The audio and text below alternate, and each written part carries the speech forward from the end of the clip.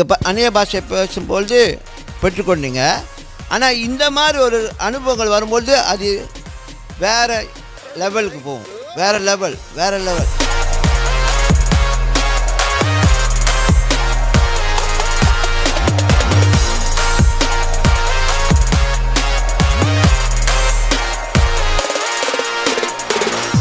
உங்களுக்குள்ள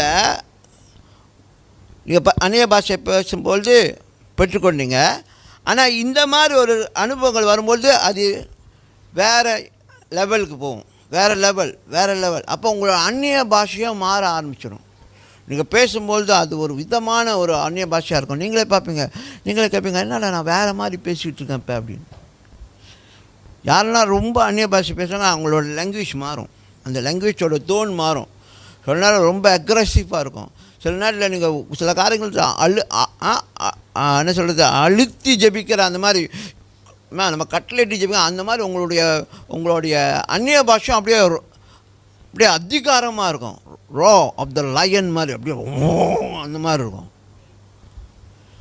புரியுதா? அப்போ அதெல்லாம் என்ன காமிக்குதுன்னா யூ ஆர் க்ரோவிங். உங்களுக்குள்ள அந்த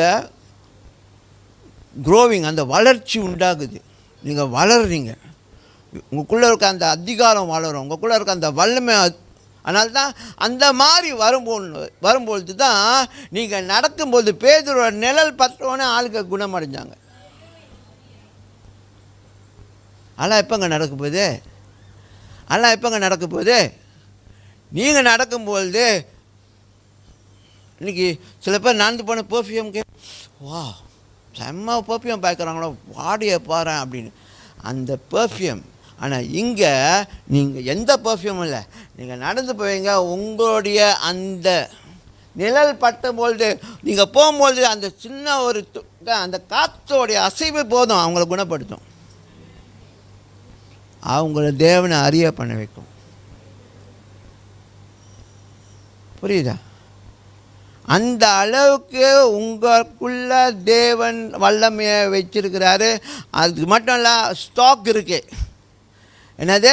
ஸ்டாக், அன்லிமிட்டட் ஸ்டாக் இருக்குது. நீங்கள் எப்போல்லாம் அந்த அனுபவத்துக்குள்ளே வரீங்களோ அப்போ அந்த level of powering will be different.